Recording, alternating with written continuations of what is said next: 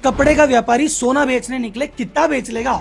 10,000 करोड़ का। और यही नहीं, अभी और सुनिए। उस व्यक्ति की मार्केटिंग और कोई नहीं, अमिताभ बच्चन, उनकी बहू ऐश्वर्या राय बच्चन, रश्मिका मंदाना जो कि नेशनल क्रश है, नागार्जुन और अलग अलग जाने कितने सेलिब्रिटी उनकी मार्केटिंग करते हैं। जब भी शोरूम खोलता है तो उद्घाटन करने, फीता काटने जाते हैं। सोचा था 2 बेटे हैं, 2 शोरूम खोल लेते हैं, और आज पूरे भारत में 154 शोरूम है। पहला शोरूम जो खोला वो था 4,000 स्क्वायर फुट का, लेकिन आज जितने भी शोरूम है टोटल उनकी रिटेल स्पेस है 5,40,000 स्क्वायर फुट। आखिर कैसे एक धोती और सैंडल पहनने वाला व्यक्ति व्यापारी से सीईओ बन गया? अगर आप बिजनेस कर रहे हैं, बिजनेस करना चाहते हैं, या एक आम आदमी है, समझना चाहते हैं बड़े बड़े बिजनेस चलते कैसे हैं, ये कंपनियां कैसे चालू होती है, कैसे बड़ी होती है, हजारों एम्प्लॉय कैसे संभाले जाते हैं, इतनी सेल कैसे की जाती है, तो आज का वीडियो आपके लिए गोल्डन जेम है, सेव करके रखना। तो आज की वीडियो में सीखेंगे सेल्स के, मार्केटिंग के, एम्प्लॉय मैनेजमेंट के बहुत सारे राज, और मेरा पर्सनल फेवरेट कि इतने बड़े लेवल पे पहुंचे हुए लोग आखिर जिंदगी कैसे जीते हैं, इनका रूटीन लाइफ क्या है, सोचते क्या है, करते क्या है, ये सभी चीजें लास्ट में सीखेंगे, और बहुत सारे लेसन आपके लिए है। तो वीडियो को लास्ट तक देखना और सेव करना और अपनी जिंदगी में हमेशा अप्लाई करना। तो जनता जनार्दन की जय बोल के करते हैं वीडियो की शुरुआत।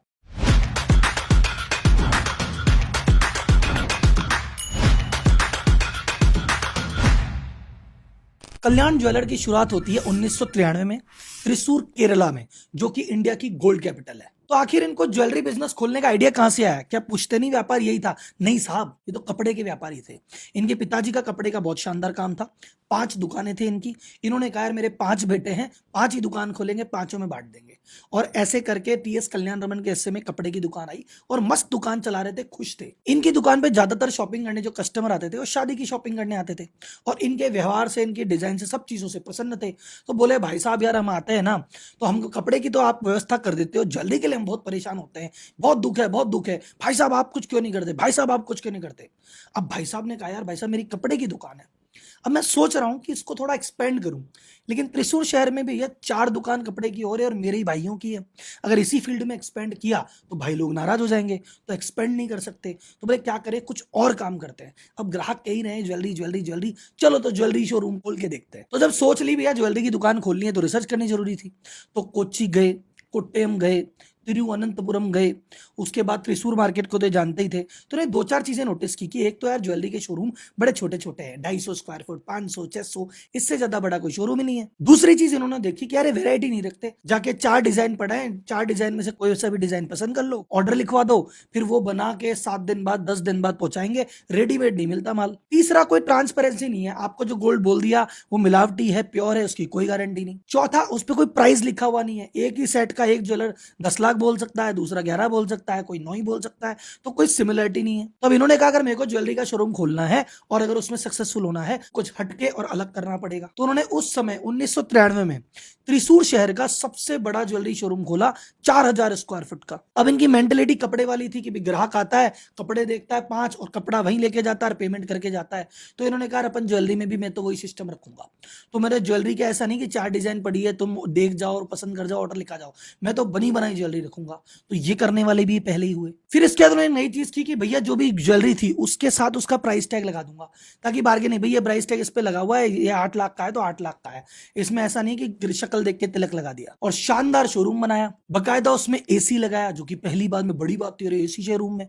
उसके बाद पार्किंग की व्यवस्था, और जो ग्राहक अंदर घुसता एकदम आर्टिफिशियल फव्वारा निकल रहा है, तो भाई साहब एकदम जय जय हो गई कि यार ये क्या चीज बना दी। और एक इन्होंने इंटरेस्टिंग चीज की जो इनके पिताजी के टाइम से चल रही है और ये आज भी अप्लाई करते हैं। वो क्या है जी, जब भी कोई शोरूम खोलते हैं किसी सेलिब्रिटी को बुलाते हैं। तो इन्होंने जब किया तो मुरली और गीता करके मलयालम सिने इंडस्ट्री के बढ़िया स्टार थे, उनको बुलाया, उनसे शोरूम का फीता कटवाया। तो जब वो इतने बड़े स्टार आए तो भैया और बाजार में माहौल बन गया। और इस चीज की शुरुआत इनके पिताजी ने की थी। इनके पिताजी ने 1972 में जब कपड़े की दुकान खोली थी तो येसुदास करके थे सिने इंडस्ट्री के, उनको बुला के लाए थे। तो पिताजी ने खोली, इन्होंने खोली, और वो ट्रेंड आज भी चल रहा है। कहीं भी कल्याण ज्वेलर्स का नया शोरूम खुलेगा तो कोई फिल्म स्टार ही फीता काटेगा। इस समय जब ये वीडियो बन रही है, जयपुर में एक शोरूम खुल रहा है और रश्मिका मंदाना आई हुई है। 75 लाख रुपए 1993 में बहुत बड़ी बात थी, इतना बड़ा इन्वेस्टमेंट रिस्क लेकर के जो काम किया उसने फल दिया, और पहले साल कल्याण ज्वेलर की सेल थी 60 करोड़ रुपए। ये तो थी उसके स्टार्टिंग की बात। अब मुझे चैट बॉक्स करके बताओ इस कहानी से अब तक क्या सीखा।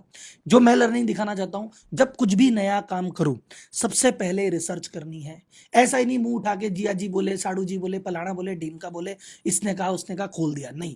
प्रॉपर रिसर्च जरूरी है। दूसरा पॉइंट, रिसर्च का मतलब ये देखना कि बाजार में क्या चल रहा है, मैं उनसे डिफरेंट क्या दे सकता हूं, मैं उनसे बेटर क्या दे सकता हूं। जब आप रिसर्च करोगे और इन दो चीजों पे काम करोगे, आपकी पहली शुरुआत रिस्क फ्री रहेगी और बेस्ट रिजल्ट आएगा, जैसे कल्याण ज्वेलर का आया। अब चलते हैं कि इन्होंने एक्सपेंशन कैसे किया। जैसे एक छोटा व्यापारी सोचता है, यार एक शोरूम है, मेरे दो बेटे हैं, कल को लड़े तो एक काम करता हूं, एक शोरूम और खोल लेता हूं दूसरे बेटे के लिए। दूसरा शोरूम उन्होंने खोला पलक्कड़ जिले में, जो इसको कहते हैं राइस बॉल ऑफ इंडिया। अब इन्होंने एक चीज नोटिस की कि यार पलक्कड़ में बहुत सारे कस्टमर ऐसे हैं जो कोयम्बटूर से आते हैं। तो इन्होंने कहा यार जब इतनी डिमांड आ रही है, आधी जनसंख्या कोयम्बटूर से चल के आती है, एक काम करे कोयम्बटूर में खोल दे। कोयम्बटूर में खोल दिया। अब कोयम्बटूर में वही बात, यार आधी जनता तो यहाँ पे ईरोड से आती है, तो ईरोड में खोल दें, बोले हम खोल दिया। और ऐसा करते करते 2012 आते आते टोटल 30 से ज्यादा शोरूम उस एरिया में, सिर्फ साउथ इंडिया में आसपास के एरिया में खुल चुके थे। अब बात चालू हुई थी 2 से पहुंच गई 30 तक, तो हम आदमी के अंदर और जुनून आता है, उसने कहा इसको और बढ़ाते हैं। अभी हमारा जो भी लेना देना है सब साउथ इंडिया में है, नॉर्थ इंडिया में कैसे जाएं। तो 2012 में 90 करोड़ का बजट साइड में रखा, बोले इससे मार्केटिंग करेंगे और नॉर्थ इंडिया वेस्ट इंडिया में छाएंगे। तो वहां छाने के लिए जो सबसे कॉमन चीज होती है, किसी बड़े फिल्म स्टार को ले लो, और भैया अमिताभ बच्चन से बड़ा स्टार कहां मिलेगा जो कि पूरे एरिया में अपील रखता है। तो इन्होंने अमिताभ बच्चन जी को अपना ब्रांड एम्बेसडर नियुक्त किया। अमिताभ बच्चन जी ये बताते हैं कि उन्होंने इतनी फीस ली थी कि जो हमारा पहला शोरूम साउथ इंडिया के बाहर खुला अहमदाबाद में, जितना अहमदाबाद के शोरूम में माल पड़ा था उससे ज्यादा की तो फीस ले ली थी अमिताभ बच्चन जी ने फीता काटने की। और ऐसे करके धीरे धीरे हर जगह का सेलिब्रिटी, जैसे आंध्र प्रदेश गए नागार्जुन को साइन कर लिया, केरल में गए मंजू वारियर को साइन कर लिया, तमिलनाडु में गए प्रभु को साइन कर लिया। सेलिब्रिटी मैनेजमेंट के बिना इनकी गाड़ी चलती नहीं है। अब आपको जान के हैरानी होगी कि भैया धीरे धीरे करके एक्सपैंड होने लग गए, पर अभी तक ये चेन्नई में कदम नहीं रख पाए थे। और चेन्नई में जितने भी बड़े प्लेयर्स थे सब आ चुके थे। उन्होंने कहा चेन्नई में तो एंट्री करनी पड़ेगी, उसके बिना तो पार ही नहीं पड़ेगी। तो चेन्नई में एंटर करने में इन्होंने जो देरी की थी उसको स्केल से पूरा कर दिया। मतलब उन्होंने जो शोरूम किया उस समय इंडिया का सबसे बड़ा शोरूम था, 40,000 स्क्वायर फुट का शोरूम लिया, 600 किलो गोल्ड था, और सिर्फ एक लोकेशन पे 250 करोड़ का इन्वेस्टमेंट इन्होंने कर दिया, जो कि एक ज्वेलरी स्टोर पे इंडिया का हाईएस्ट है। और ये घटना थी 2015 की। उसके बाद अगले 2 साल में 4 से ज्यादा शोरूम खोल दिए, और तमिलनाडु में इनका बहुत मोटा इन्वेस्टमेंट है। इनकी टोटल टॉप लाइन का 10% अकेले तमिलनाडु से आता है। उसके बाद भैया ये मिडिल ईस्ट भी गए, वहां भी एक साथ सिंगल डे 6 लोकेशन पे इन्होंने अपने शोरूम खोले थे। इसी बीच 2010 में इन्होंने कहा भैया एक काम करते हैं, बड़े बड़े शोरूम तो खोल रहे हैं तो अपनी यूएसपी है, लेकिन छोटे लोग अपने कैसे कनेक्ट होंगे। तो उन्होंने माय कल्याण करके एक सर्विस सेंटर टाइप छोटे छोटे 250 स्क्वायर फुट से लेके 600 स्क्वायर फुट के छोटे छोटे सेंटर खोले। इंडिया में आज की डेट में 600 से ज्यादा सेंटर है। ये क्या होता है, तो गांव में या सेमी रूरल एरिया में खुल जाते हैं, और वहां पे जैसे किसी को वेडिंग के लिए बुक कराना हो तो हर महीने कुछ कुछ पैसा जमा करा दे या गोल्ड को एक्सचेंज कर दे, इन सभी सुविधा वहां से प्रोवाइड की जाती है। और जो सस्ती डायमंड ज्वेलरी होती है 10-15 हजार रुपए की, वो वहां से सेल की जाती है। और करंटली डाइवर्सिफिकेशन के लिए ये रियल स्टेट में भी आ चुके हैं, और कल्याण डेवलपर नाम से रियल स्टेट में भी एंट्री हो गई है। और ये कोई भी काम चालू करते हैं त्रिशूर से चालू करते हैं, बोले हमारे लिए लक्की है, हर काम होगा पहले त्रिशूर से, फिर उसको एक्सपैंड करेंगे। अब बात करते हैं एम्प्लॉय मैनेजमेंट की। राहुल जी इनके एम्प्लॉय कितने हैं? 10,000 एम्प्लॉय हैं भाई साहब। तो 10,000 एम्प्लॉय का सर मैनेजमेंट कैसे होता है, क्या चीजें करते हैं? देखो सबसे इंपॉर्टेंट चीज ये कहते हैं, हमारा कोई फॉर्मल ट्रेनिंग का सिस्टम नहीं है। हम क्या करते हैं, हमने धीरे धीरे समय के साथ साथ पुराने बहुत सारे आदमी रख लिए। हम जब भी कोई नया शोरूम खोलते हैं, वहां पे पुराने शोरूम से एक टीम जाती है, वो वहां पे 6 महीने साल भर रहती है, और जितने भी नए बंदे होते हैं उनको ट्रेन करती है, और फिर नया शोरूम खुलता है, फिर वहां जाता है। हर साल ये 10 शोरूम खोलने का टारगेट लेते हैं, और अभी कंसिस्टेंटली काफी समय से इसको खोले ही जा रहे हैं। अब आपके मन में सवाल होगा, सर 10,000 आदमी कैसे संभालता होगा? आपको एक प्रॉपर कॉर्पोरेट स्ट्रक्चर बताता हूँ, ध्यान से देखिएगा। कल्याण ज्वेलर्स का एक एग्जाम्पल है, पर हर बड़ी कंपनी लगभग ऐसे ही चलती है। टीएस कल्याण रमन है जो इसके ओनर है, वो है भैया चेयरमैन, वो टॉप पे बैठते हैं। इनके जो 2 बेटे हैं, एक फाइनेंस संभाल लेते हैं, परचेस संभाल लेते हैं, एक सेल्स और मार्केटिंग संभाल लेते हैं। ये दोनों एमडी हैं, इनमें से कोई भी सीईओ नहीं है। सीईओ इन्होंने हायर किया है बाहर से, प्रोफेशनल बंदा हायर किया है जो इन कंपनीज को रन करता है। उन सीईओस के नीचे जितने भी स्टेट में इनका व्यापार है, हर स्टेट का एक स्टेट हेड होता है, हर स्टेट हेड के नीचे रीजनल हेड होते हैं, और रीजनल हेड के नीचे हर रीजनल हेड को कुछ स्टोर्स की जिम्मेदारी होती है। और हर स्टोर पे एक मैनेजर और उसकी टीम होती है। तो सेल्स टीम बैठी है और मैनेजर बैठा है।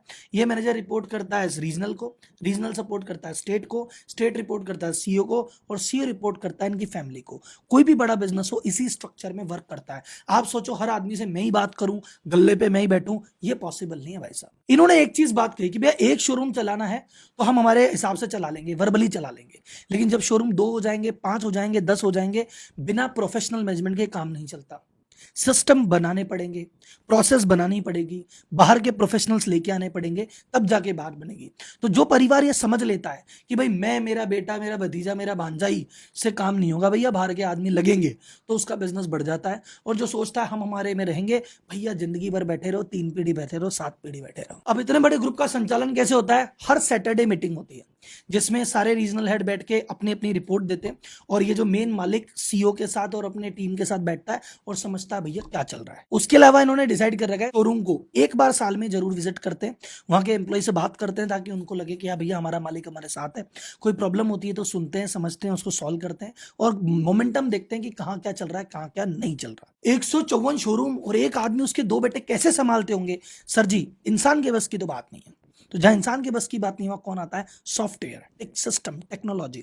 तो इनका जो पूरा सिस्टम है 100% सेंट्रलाइज्ड है। हर शोरूम का भैया डेली का सुबह का स्टॉक, शाम का स्टॉक होता है, डेली बिलिंग कैलकुलेट होती है, और ये पूरी फैमिली त्रिशूर में ही रहती है और अपने त्रिशूर के हेड क्वार्टर में बैठ के सारी चीजें चेक करते हैं डेली बेसिस पे लाइव। इनके पिताजी के टाइम से, जब इनकी कपड़े की दुकान थी और जब इनकी खुद की दुकान थी, तब से इनका नियम है डेली का स्टॉक लेना और डेली का कैश चालू करना। और कपड़े के काम में ये करते थे, तो सोने के काम में तो छोड़ेंगे कैसे? इनके यहाँ पे पहले एक ऑडिटर था जो महीने में एक बार आता था, अभी इनकी ऑडिट डिलॉयट करता है। ये होती है ग्रोथ। ये स्टॉक कैसे करते हैं? इनके पास 12 से ज्यादा सोर्सिंग स्टेशन है, जहां पे हर स्टेशन पे, जैसे ये टेंपल ज्वेलरी के लिए बेस्ट चीज है, ये लाइट ज्वेलरी के लिए ठीक है, ये केरल वाले पसंद करते हैं, वेस्ट वाले पसंद करते हैं, हर अलग अलग डिजाइन के स्पेसिफिक इनके सेंटर्स हैं। वहां पे 100 से 200 आदमियों का स्टाफ है, वहां से मैन्युफैक्चरिंग होती है, वहां से माल आता है। एक शोरूम पे हर स्टोर से थोड़ा थोड़ा माल आता है, ताकि अलग अलग तरह की वेरायटी सबको मिले। कस्टमर को खुश करने के लिए लॉयल्टी प्रोग्राम चला रखा है। कोई भी व्यक्ति एक बार लेता है, उसका कार्ड बन जाता है, कोड मिल जाता है, अगली बार आता है उसको डिस्काउंट, सुविधा, बाकी चीजें मिलती है। टीएस कल्याण रमन खुद दिन में 10 कस्टमर से पर्सनली बात करके रिव्यू करते हैं कि भैया आपको कैसा लगा, ताकि जो बाजार की नब्ज है उनके हाथ में रहे। इनका एक 24/7 कॉल सेंटर चलता है। जो भी व्यक्ति इनके शोरूम से परचेस करके निकलता है, अपना नंबर देता है, उसको इनके कॉल सेंटर से कॉल जाता है कि भैया आपने परचेस किया, आपको कैसा लगा, आपको सामने वाले व्यक्ति ने ढंग से समझाया था ना, कोई दिक्कत तो नहीं आई, आपके साथ चीटिंग तो नहीं हुई, आपको कैसा महसूस हो रहा है, हमें फीडबैक दो, ताकि कोई भी गलती अगर शोरूम लेवल पे हो रही है तो इनको हेड ऑफिस में पता पड़ जाए। तो भैया हमने एम्प्लॉय का मैनेजमेंट देखा, हमने इनकी मार्केटिंग देखी, हमने इनका शोरूम का मैनेजमेंट देखा, हमने इनका फाइनेंस देखा, हम इनकी पर्सनल लाइफ देखते हैं। अब आप बोलोगे सर इतना बड़ा बिलियनियर आदमी है, खाते पीते होंगे, मजे करते होंगे। ऐसा ये पूरी फैमिली वेजिटेरियन है और किसी भी प्रकार का कोई नशा नहीं करती है। बड़े रिलीजियस लोग हैं। टीएस कल्याण रमन जी जो हैं, इनमें बिजनेस का गुण बचपन से है, क्योंकि 12 साल की उम्र से दुकान पे जाने लग गए थे। इनके पिताजी इनको कहते थे तू दुकान आएगा तो मसाला डोसा खिलाऊंगा। तो मसाला डोसा के लालच में रोज दुकान जाते थे, और वहीं से बिजनेस सेंस इन्होंने डेवलप किया है। और ये मैं हमेशा कहता हूं कि भैया अपने बच्चों को अपने व्यापारों में छोटी उम्र से ले जाना चालू कर दो, ताकि उनका इंटरेस्ट जगे। कॉर्पोरेट व्यक्ति हैं लेकिन अपने रूट्स को नहीं भूलें। भैया वही व्हाइट क्रिस्पी शर्ट पहनते हैं, धोती पहनते हैं, सैंडल में रहते हैं। बहुत ज्यादा रिलीजियस है। इनका एक ही उद्देश्य है कि भैया ऐसा है, कमाई करो, और कमाई जितनी भी आती है उससे खुद खुश रहो, परिवार को खुश रहो, समाज को लगाओ और धर्म में लगाओ। ये सोचते हैं कि यार मैं हूं और मेरे दोनों बेटे हैं, हम एक गाड़ी में साथ गए और कल को कुछ हो गया तो चाहे एक घर से भी एक जगह के लिए भी निकलेंगे, 3 रॉयल्स रॉयस है, तीनों में अलग अलग निकलेंगे। फ्लाइट में भी जाते हैं तो 3 प्लेन है, 3 प्लेन से तीनों आदमी अलग अलग जाते हैं। रिलीजियस इतने, जब घर से निकलेंगे तो मंदिर के दर्शन करते हुए जाते हैं। इनफैक्ट अगर फ्लाइट से भी जा रहे हैं तो पायलट को कहते हैं कि भैया मंदिर के ऊपर से उड़ाते हुए ले जाना। अब बोलोगे सर जी इन्होंने प्लेन भी ले रखा। हाँ, इनसे पूछा भाई प्लेन काहे ले लिया, तुम ज्यादा अय्याश हो रहे हो क्या? अरे बोले देखो ऐसा है, हमने रियलाइज किया हफ्ते में 6 घंटा तो हमें एयरपोर्ट जाने आने और वेटिंग लगेज में ही लग रहा था, तो ऐसे हमारा काम कैसे चलता, तो हफ्ते के 6 घंटे बजाने के लिए हमने प्लेन ही ले लिया। कि हम अगर वैसे जाते तो हम एक दिन में एक शोरूम देख लेते, वही बड़ी बात थी। अब हमारा प्राइवेट जेट है तो एक दिन में 3 चेक कर लेते हैं भाई साहब। तो हमने तो काम करने के लिए प्लेन लिया है, अय्याशी के लिए नहीं। टीएस कल्याण रमन और उनकी फैमिली आज की डेट में बिलियनर है। अभी करंट स्टेटस के अकॉर्डिंग उनकी वेल्थ 1 बिलियन है। ये 2015 के आसपास ये इंडिया के टॉप 100 रिचेस्ट में एक बार शामिल हो गए थे। तो ये तो कहानी थी टीएस कल्याण रमन की। अब हम बात करते हैं कि भैया इस पूरी कहानी से क्या क्या लेसन मिलता है।